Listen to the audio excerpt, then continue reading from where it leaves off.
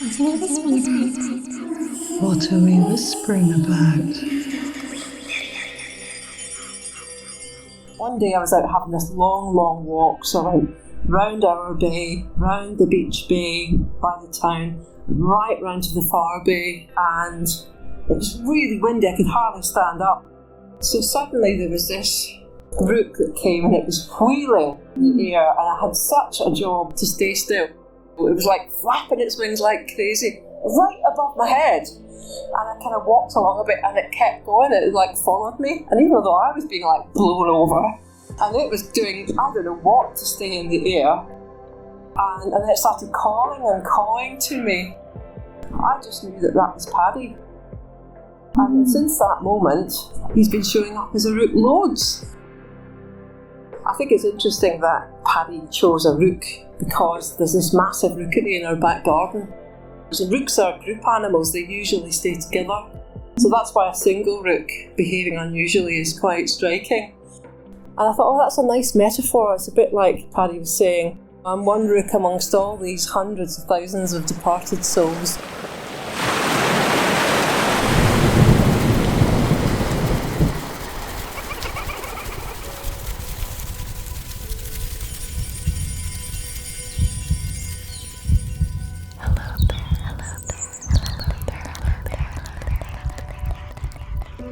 In the air, by the sea, from the land, and within you and me. Fairies are whispering. This is Claire Casely, and I am a fairy whisperer.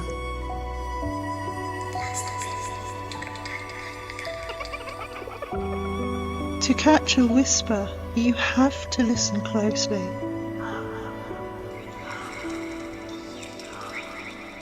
Listen with me.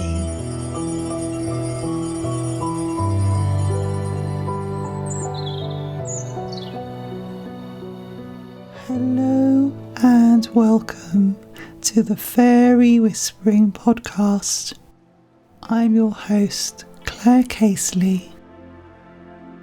I have some exciting news about a new podcast that I'm involved with, which is called What the Fairy, and this is a co-creation with two talented co-hosts, Emma and Anastasia.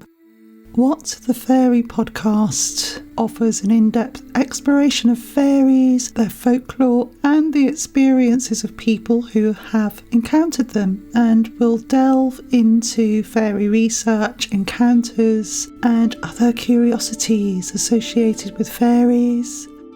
Join us as we drink tea, have some enlightening conversations with a sprinkle of fairy dust as we set out to ponder what the fairy. The first episode of the podcast will be released in September. My guest for this episode is Starr, a presenter, broadcaster, inspirer, and also one of my closest friends. I originally released this episode on my previous podcast in 2022. I've wanted to update this episode fairy whispering style for a long time. I feel this is a wonderful episode to finish this season of the Fairy Whispering Podcast. The Fairy Whispering Podcast returns in September with some new episodes. I have been busy recording new interviews for the new season. To support the Fairy Whispering Podcast, you can buy me a coffee on my Fairy Whisperer Buy Me a Coffee page. Please share, rate and review the podcast wherever you listen to it. You can follow the podcast on social media at Fairy Whispering Podcast on Instagram, Facebook and on TikTok. Kay is an inspirational coach and founder of Thrivecraft. She's formerly an ordained Buddhist, and she specialises in spiritual intelligence for business and manifesting ideal soulmate love relationships. Enjoy this episode. I'll come back to you at the end for a little roundup and a bit of a chat.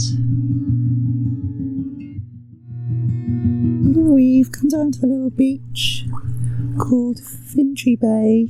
It's a beautiful sunny day and a very rocky, pebbly beach and lovely clear, calm water that's lapping around us.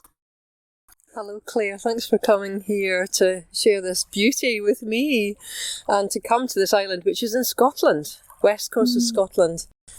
I'm known as Kay now that I've returned to my Scottish roots. I was away in England for 36 years and known by various parts of my name, but my Scottish family have always called me Kay.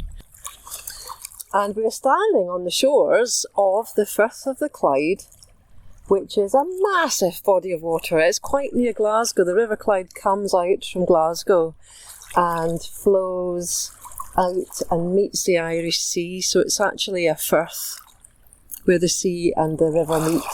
And in this firth there are many, many islands, one of which is Isle of Cumbrae. And where we're standing right now, we can see the Isle of Bute, which is not far away at all, and the Isle of Arran. And just round the corner there's the wee Cymru, which is a small island next to us. We're the big Cymru. Yeah, so we returned, myself and my husband Paddy, returned. We've been living in Cornwall latterly, but we've been here many, many times over 20 odd years because my mum had moved here to be with my stepdad, Jim. And dear mum passed away in 2020, but we had loads and loads of holidays. And Paddy, my husband, had always said that, if there's one other place I could live, it would be there. And for various reasons, we'd considered it before, but the time was right. And we relocated last spring to this gorgeous place, and it's just been such a homecoming. Wow, after 36 years in London, Devon, Cornwall, to come back to my roots and to really feel it in my bones and taste the water and think, yeah, that's my water. Paddy used to fish rivers in Cornwall. He's Cornish, and that's where he fished. And we just loved rivers, and we always lived in rivers, whether we were in Devon, Cornwall, and I guess the Firth is kind of a river. Yeah. The other thing is that Paddy's been showing up as a rook. A bird, a rook, since the early days, and soon after he passed away. I mean, it's said that the departed find it easy to communicate via bird life, particularly bird life acting unusually. So quite soon after Paddy passed away, he passed away during all the storms. Well, he passed away in February. One day I was out having this long, long walk, so I went round our bay, round the beach bay by the town, right round to the far bay, and it was really windy. I could hardly stand up, I was being like blown about all over the place. So suddenly there was this rook that came, and it was wheeling in the air, and I had such a job to stay still. It was like flapping its wings like crazy right above my head.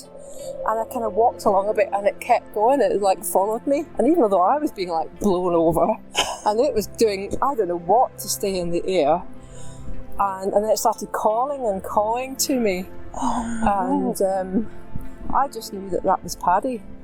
And since that moment, he's been showing up as a rook loads, and I think it's interesting that Paddy chose a rook, because there's this massive rookery in our back garden. So we've got loads of rooks, and rooks are group animals. They usually stay together. So that's why a single rook behaving unusually is quite striking. And I thought, that's a nice metaphor. It's a bit like how I took it poetically, was Paddy was saying, I'm amongst all these departed souls. I'm one rook amongst all these hundreds of thousands of departed souls that, I don't know, it just feels like a lovely metaphor. And as well as lots of other appearances of rooks showing up at various times, felt very poignant. I think the most poignant was during his funeral, and we were at this gorgeous countryside crematorium out in the middle of nowhere, and it has a floor-to-ceiling window that you can see behind the coffin, so the coffin's sitting there, and there's this gorgeous country view right behind it. But basically, this rook showed up right at the end of Paddy's life story, hopping around, flapping around, and sort of looking in the window. Hopping around, and then it went away, and then it came back again, just as I was about to read a poem to him. So, I mean, even the crematorium staff were absolutely gobsmacked, because I'd already reported in Facebook how he'd been showing up as a rook, and the fact that he showed up as a single rook at his own funeral, I thought was pretty damn clever. You've pointed out a few since I've been here as well. Yeah. On the first day. Yeah. I mean, they're all corvids, and I've noticed sometimes he might occasionally be a magpie or a raven instead, but usually it's a rook. Yeah, so I don't know what the symbolism is. I just know that Paddy was a great bird lover. He absolutely loved. He had bird books, binoculars. Oh, he loved them all, and he had this sort of joke that he was calling COVID corvid and things like that. So I don't know. It's just I don't know. Yeah. I don't know what the symbolism is. Personal. It's like a personal symbolism rather than a universal. I think so. Yeah. It's all these things are very personal, aren't they? Yeah. So meditation. I've been meditating since I was 19. And practiced it and taught it and developed my own and shared my own meditations. And meditation is just such an absolute mainstay of my life. And I love to share it with others, and I love to help others discover the riches of a beautiful meditation practice. So certainly I love to meditate, and I usually it's most days I'll meditate. And I know for example, just the last few days I haven't managed to meditate, and I really miss it. It's like there's it's almost like a dimension. Everything goes a bit flat, a bit less colourful or something like that.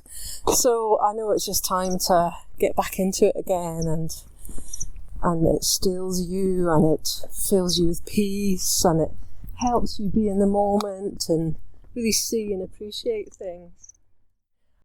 And then singing. Well, I've always been a bit of a singer at school and all that kind of thing, but it was about 6 years ago I found this amazing choir in Cornwall called Rock Choir. And actually it's a national choir, so there are rock choirs all over the whole of the UK, and we all learn the same songs at the same time, these brilliant arrangements of pop songs.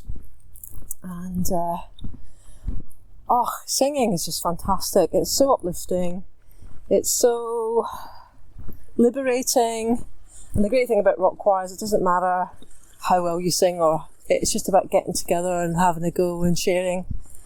And I find myself singing the songs all week, and they're going through me, and so definitely singing.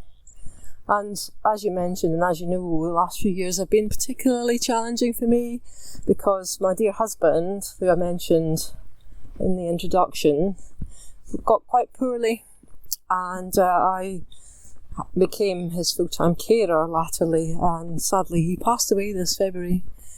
And so singing was one of the few things I could just about manage to get off to for an hour or two. So I would make sure I would meditate every morning, have a bit of time for meditation, have a sing once a week, and then practice my songs in between. The selkie story is an old Scottish myth, and they are about creatures that are seals, but they can take their sealskins off and become human, and even have relationships with other humans and be part of human society. But then they put their sealskins back on again and they swim in the sea. And if somebody steals their skin and they can't get back again, that's just devastating for them. I think the story goes something like somebody did try to do that, but then I think it was a female selkie, and she just found her seal skin, put it on, and never came back again. Yeah. I love to be near the water, especially the sea. Fairies dwell in the edge places and scatter their sparkling light there. And just as all journeys transform us in some way, so they are masters of transformation.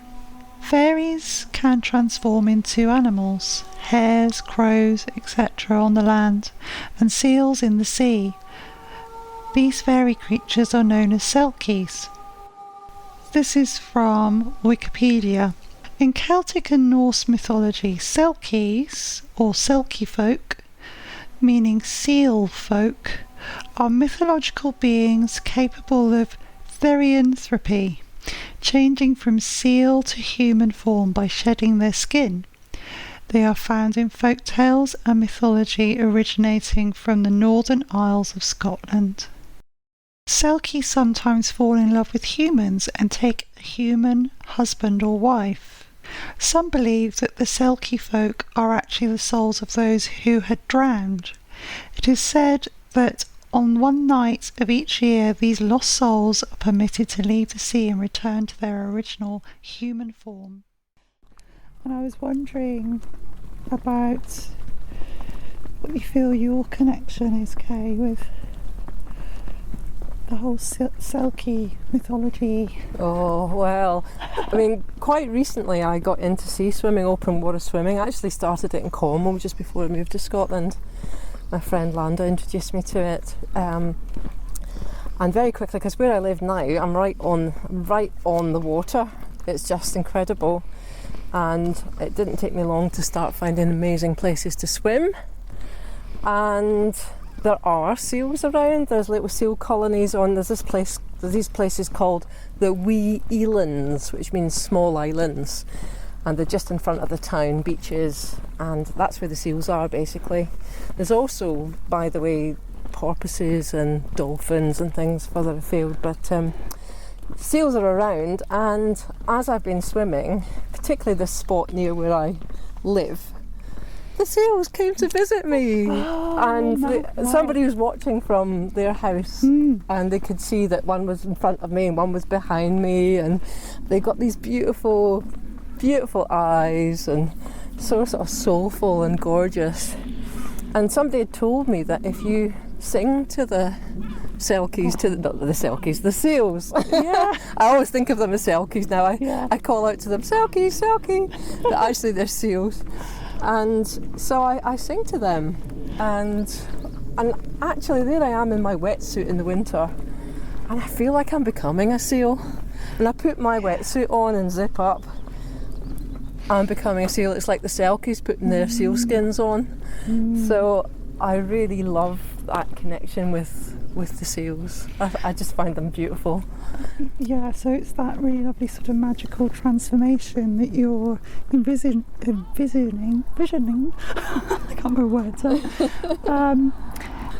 Imagining. That you're imagining as you get into your wetsuit and head out to swim. Yeah, because it's a different world. It's like when you're in the water and you're weightless and you're free and you swim out, and you've got this vast body of water, and you can see the islands and the mountains overlooking you as you're floating there and swimming, and the seals are moving around and the seabirds are diving in, and it's just like this other world, you know, and yet it's right here just next to the human world.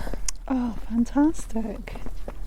And as we're coming around this corner, you were saying that this is Bell Bay, is that right? I think we're just coming up towards, might be a bit further on, but it's Bell Bay, just down from Fintry Bay, which are beautiful sands and really nice for swimming too. I mean, I haven't just swum outside the house.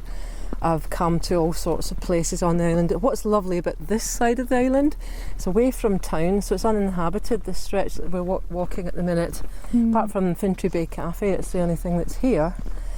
And as you swim, basically all you can see is the Isle of Bute, the Isle of Arran, and even right up to the Cobblers, which is on the mainland, and up to the Trossachs on the mainland. So it's just so expansive and divinely beautiful. Yeah, and the sun is so warm, isn't it? I can really feel it on my shoulders today. So we've got these lovely hills over the other side of the firth. Do you know what they are? Yeah, well, actually, I think that's probably, I'm trying to think now, that peninsula that we explored yesterday when we went, we took the ferry from Gourock over to Dunoon. Yes. And we went along the Holy Loch to look at Puck's Glen and all those things. That's amazing, yeah. We had such a beautiful time. So that must be the other side of that, and I can't remember exactly what it is, but it's part of the mainland. But there are so many ferries because they're just like fingers of land, and to drive them you would have to go miles and miles up and miles down, but you can take ferries just to crisscross amongst the islands and amongst the peninsulas. Oh, gorgeous. The light here is so beautiful as well. It's so, yes, yeah, very sort of golden and translucent. And yeah. oh, look, there's a boat chugging along. Looks like a kind of trade boat of some sort, like a barge carrying something. So you can just hear it chugging. Hi.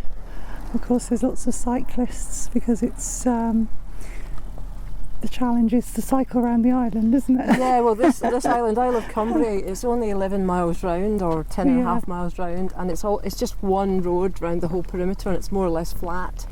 And so one of the great things that people love to do here is cycle. And there are several cycle hire shops, and the other thing is it's only 10 minutes on the ferry from the mainland Largs, so it's incredibly accessible. You were talking about singing to the seals. Was there a certain way that you found that you would sing that they responded to?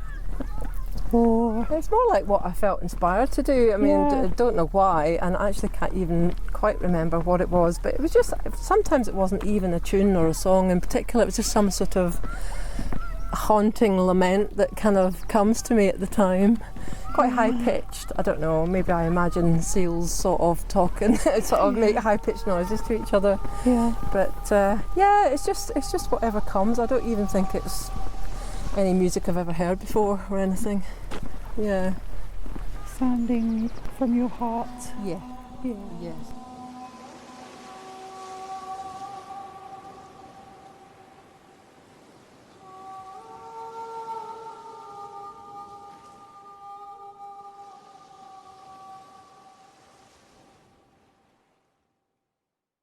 And then I suppose the other thing that was an absolute staple has always been walking. So getting out for a walk at least once a day as well.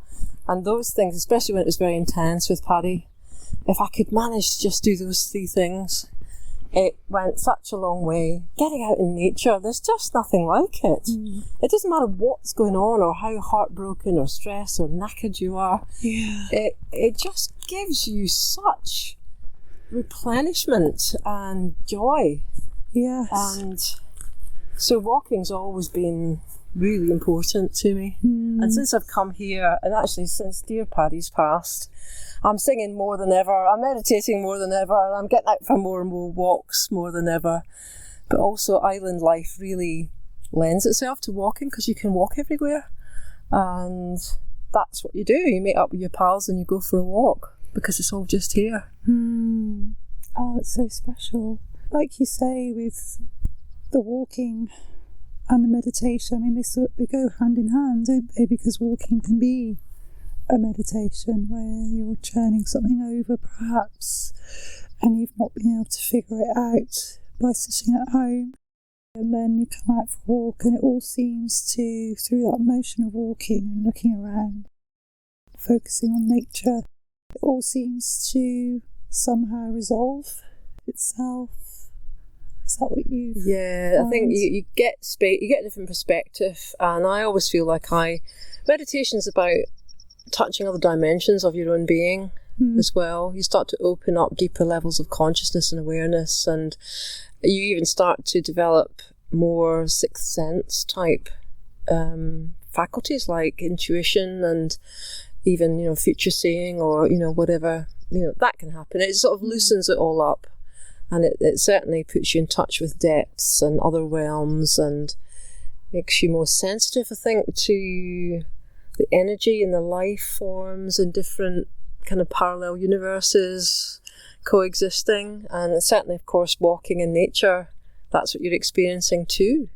And I always find, especially as I've been grieving Paddy's death, that the one thing, even if I can't sit and meditate, I can get out and walk, and I could just feel nature's arms like wrapping her arms around me.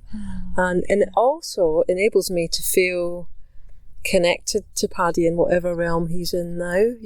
I'm just saying that poetically. I don't know what happens to us when we pass, but I just have this sense of connection with him which endures. And I notice if I'm busy or indoors a lot, that sense kind of quietens down.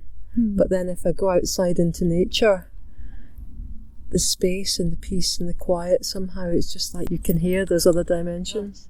Yeah, I love that idea of opening up to other dimensions of consciousness when we're out in nature, out in the landscape, especially landscapes that we feel some connection to. As we were setting out, you were saying how Paddy has come along with us today. Yes. Yeah. Well, because you and Paddy had a connection, in fact, have a connection. He knows you from Thrivecraft events, and yesterday I was having one of my missing Paddy mornings, and I was a bit tearful and feeling a bit vulnerable, but we had this big outing planned.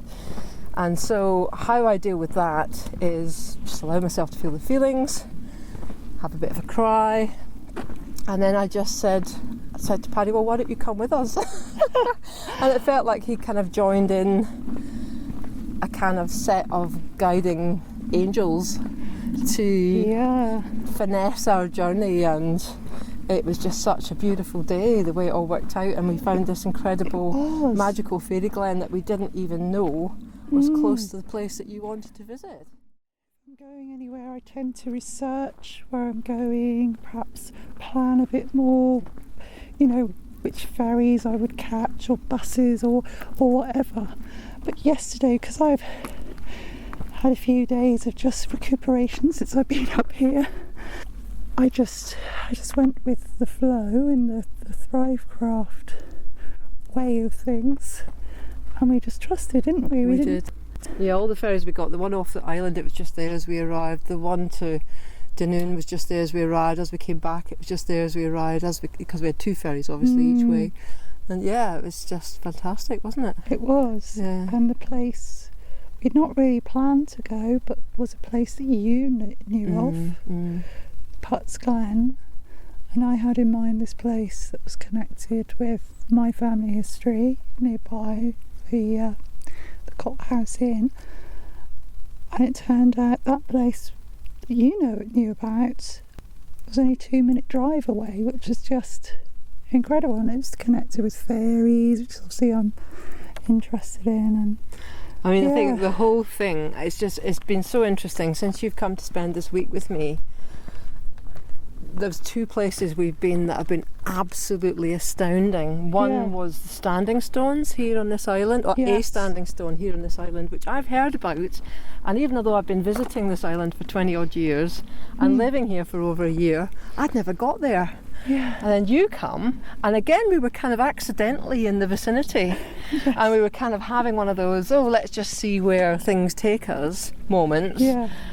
And I mentioned that standing stone, and you said, ooh, can we go? Up we popped, and it was magnificent. Yeah. The energy was incredible. It was so beautiful. We were both completely struck by the atmosphere, these huge tall trees, the view of the sea, this incredible, it was about 8 foot? Yeah. No, 7 foot maybe? Yeah. It's quite standing tall. stone with such an atmosphere. The standing stone we mentioned can be found in Gooklan Woods at the top of Great Cumbria Island. So that was then, and then yesterday, this accident that we ended up at Puck's Glen, which two of my best friends from here had raved about, so I knew it was really special. And it's got this Puck Pixie connection. Yeah. And you happened to be right beside, not the two friends that had told me about it, it was you. And it just felt really meant that we should experience these magical places together. I mean, it was not just like a wee gorge and pretty trees and a nice little stream. It was like, every time you walk around the corner, it was so beautiful. It was, yeah. It was kind of that stunning beauty that, like you say, you're oohing and ahhing on like every corner, and it almost like wears you out because you're just. It feels like you've been blown up like a bicycle pump or something, and you can't have any more air in you, otherwise you'd explode. That's how I felt. And we only made it halfway round, didn't we? Because we both I think we were both so blissed out and just blown away. It was just like, can't do it, just can't do it all. Yeah. I mean, my heart was so full, it was bursting out my chest, and I had tears pricking the back of my eyes. And I was just like, my jaw was just open in absolute wonder. These huge, high, like mossy waterfalls, and I can't even describe it because even the photographs don't do them justice, do they? No, it's because it's the smells and the atmosphere. And there was some wild sorrel as well growing there that I just picked a little bit of and ate. That lovely appley, limey taste. And the light, the quality of the light coming through the trees and like lighting up this really densely verdant, lush green with sort of different shades of green, and it was gorgeous.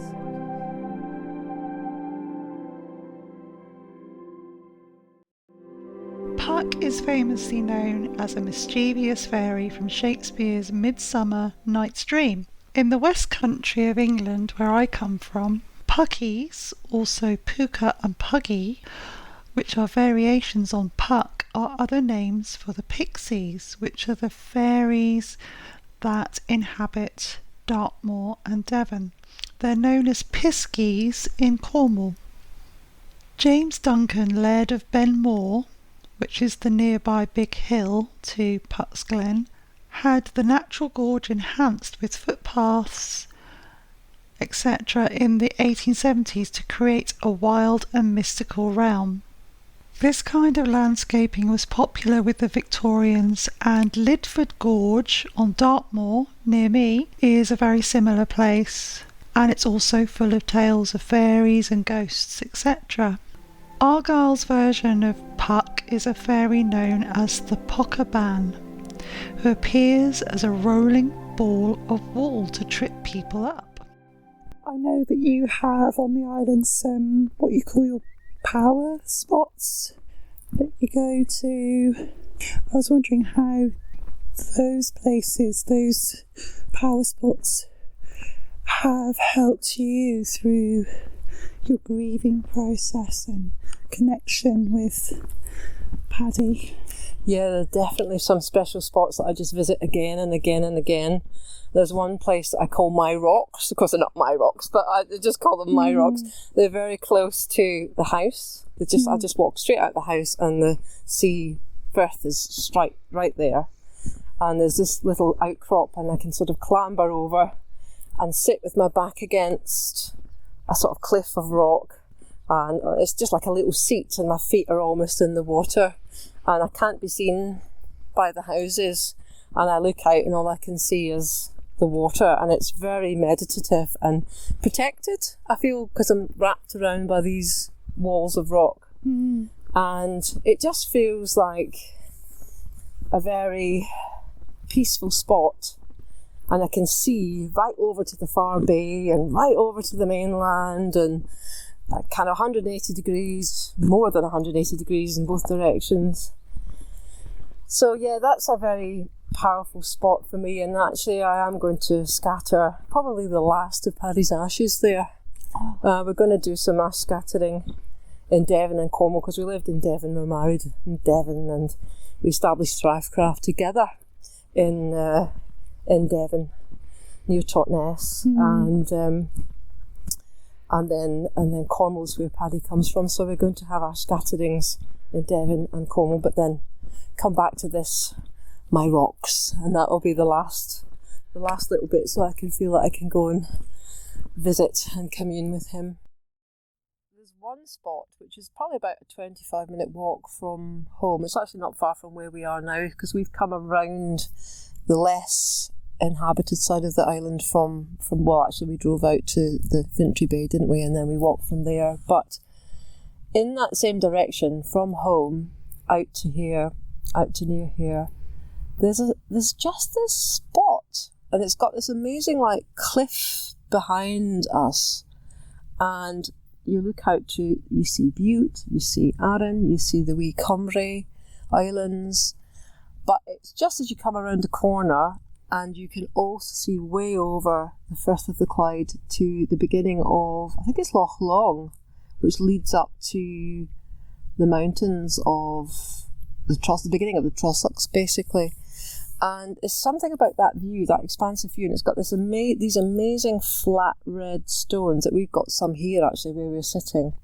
These amazing volcanic red stones, and there's a tremendous sense of peace there. And one of the first times I went there a few times when I was a holidaymaker, visiting my mum in years gone by, but since I lived here, I found it quite quickly. And when I arrived there and I sat there and just took it in, what came to me was, I found myself. So there's something about this spot where I just really came in contact with myself. It's like there was like a bowl that maybe with a cliff behind, and the vista out 270 degrees, and the amazing red rocks and the grasses, and then the water, of course, and all the seabirds, and then the islands beyond, which are not very far away, these islands, so you can see them quite vividly. As we're looking now, we can make out trees and fields, and they're quite vividly alive. So yeah, that's another of my really special spots. So I call that the place where I find myself. Oh wow! And I love that. I love the way that we connect when we connect with places, that we give these places our own names, because they're personal to us. And I wonder, in the past, with history and folklore about places, that those places that people have had a similar experience, that's how it becomes known, doesn't it? Yes, you think so, yeah. And what sort of form did that feeling take? Was it just knowing? Yeah, it was like this deeply familiar, deep, quiet bit of me that even as a meditator, even as a walker, even as a singer, I can still be too busy to kind of notice it. So just being out there and in that landscape, it was just this deep, it's like this familiar bit of me. I wrote about this in my book. My book is called Diving for Pearls, and just at the end I talk about this, that I have a memory of being a baby, and I remember looking out of my cot and feeling exactly the same as I do now, in terms of this sort of deep being of consciousness. And I remember it throughout my life. It's a bit indescribable, but it's like the kind of infinite you-ness that's always there, whether you're a baby or a 58-year-old woman. Yes. And when I went to that spot, that's what I found. That kind of infinite consciousness, which goes beyond, age, or possibly even goes beyond lifetimes, I'm not sure. Yeah, so it's like this timelessness that you can experience. Yeah, that's incredible. And there's lots of writing or people that have had experiences of shifting into different time dimensions. Yes. I can quite believe how that would happen, because if time is happening all at once, then why shouldn't that happen? That we go into these other across the veil into these other places, these other times. And that's certainly, my experience with Paddy. The first time my husband Paddy, who passed away, when I met him 20 years ago, we had this moment in the pub when he looked at me and said, "I see you." And this was before the film Avatar, so, where they say "I see you" to each other.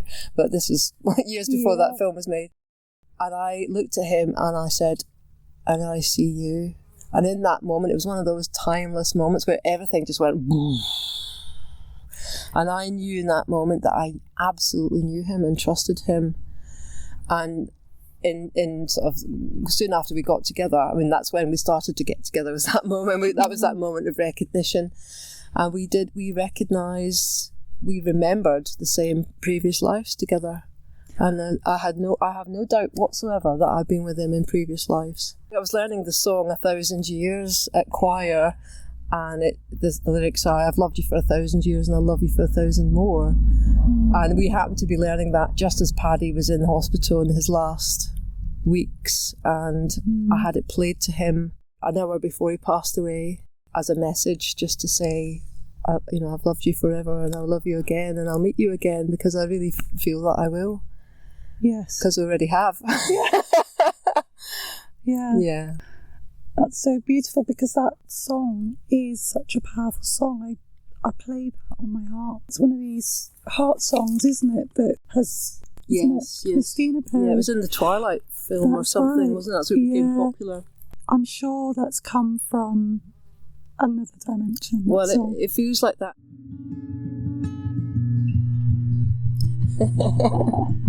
What do you feel is the next part of your life going forward here, and what you'd like to explore? Well, I'm definitely loving being on the island and deepening my connections here. And so, yes, I think I'm going to give myself till the autumn to just recover and regroup after what I've been through. And preparing for an autumn relaunch. And the other thing that keeps coming, and it's been coming for several years, is to write my second book. My first book is called Diving for Pearls, The Wise Woman's Guide to Finding Love. And it was about my spiritual adventure and how I discovered inner wisdom and how I used it to find love, and how I met Paddy and what happened to us and how we set up Thrivecraft. And there's lots of tips on meditation and how to find inner wisdom, and there's a whole exercise on how to get ready for love. So that was my first book. So the second book is called True Love Cuts Deep.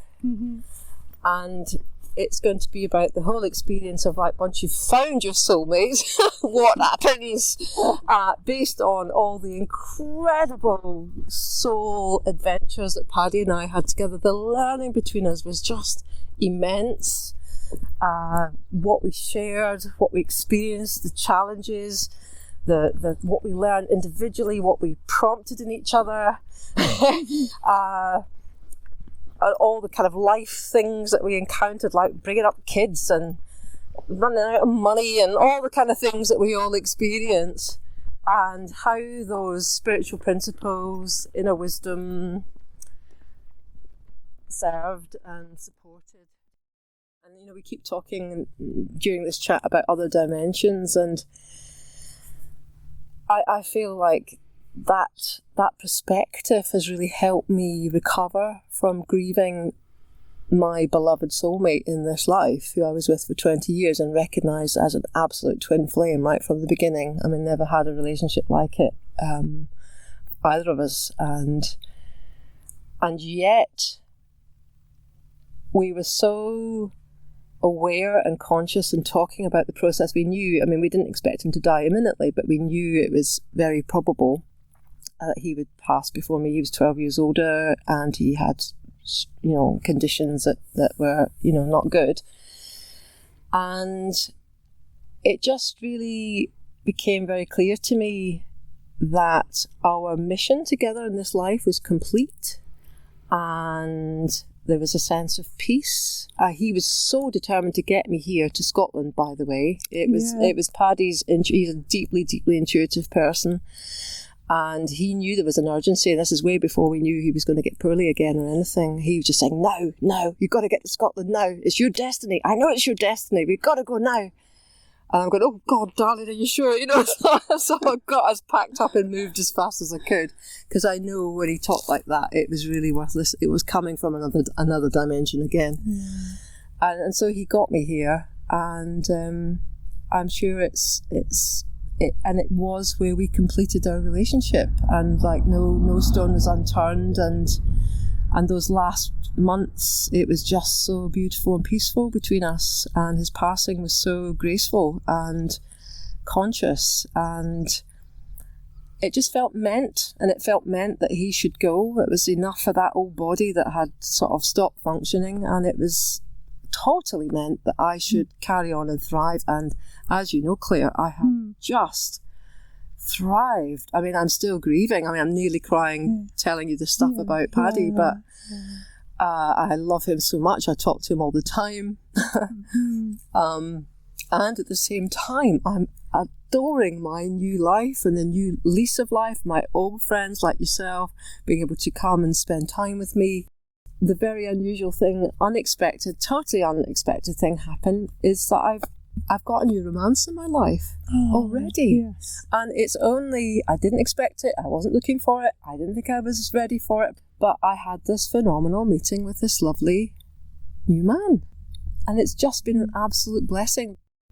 Keep your heart open and keep sharing and keep crying and sharing with friends and walking and singing and meditating and exploring and collecting these bits that I had been languishing for a long time. I cared for Paddy for 4 years full time, and many years before that part time, and there's been a lot of myself that's been in abeyance. So yeah, just to encourage people who've maybe been in my situation, who've been carers or in a long-term relationship, or maybe it's not been their partner, but maybe it's a parent or something they've been looking after, that it's perfectly possible to feel the joy of all this beauty and all this possibility and all this opportunity at the same time as gracefully letting go and remembering your loved one. And that grief turns into joy and love, really. And just not to resist it, just to let it run through and become the love that it is.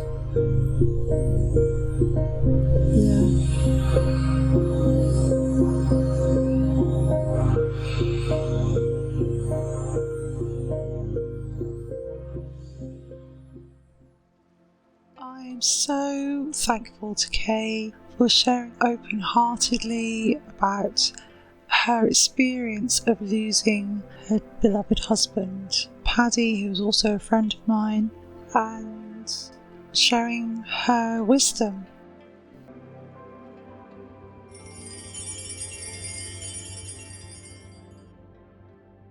For those who love with heart and soul, there is no such thing as separation. This quote by Rumi, I feel, closely aligns with Kay's story, and all of us who have loved deeply and experienced loss of our beloved family, friends, partners, and also cherished pets. There's lots of folklore about birds and symbolism around birds and crows especially, but I didn't want to put those interpretations onto Kay's experience. These experiences of communication we have from the other side through whatever means it is, whether it's an animal, bird, or nature signs of some other description or other ways, are very personal. I see my role as listening to my guests and giving some validation to their experience and to remain open-minded and open-hearted. One of the main themes of the chat with Kay was connecting with other dimensions. And as I was editing this final part of this episode, I watched a show about the film Interstellar. And they were talking about how the film is basically about the power of love to connect the father and daughter in the film across time and space and other dimensions of reality. So I felt this related really well to Kay's story. It's the power of love that connects us to our beloveds, wherever they are, whether they're living or whether they've passed on to the afterlife. It's the power of love that keeps us all connected and bonded together. From personal experience through the pandemic, this was the power that kept me going, and I know many people as well. When I couldn't see my beloved family or friends, it was the power of love that kept me connected. And I believe that's true of our loved ones that have moved on to whatever they move on to, that it's the power of love that helps us keep connected with those special people in our lives.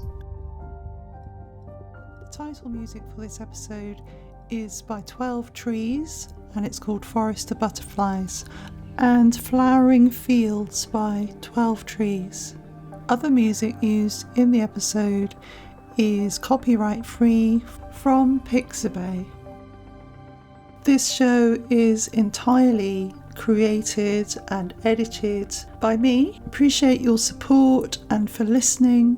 If you have a paranormal or fairy story that you'd like to share with me, email the show clairefairy@gmail.com or claire@thefairywhispering.com. Thank you. See you next time. Bye for now.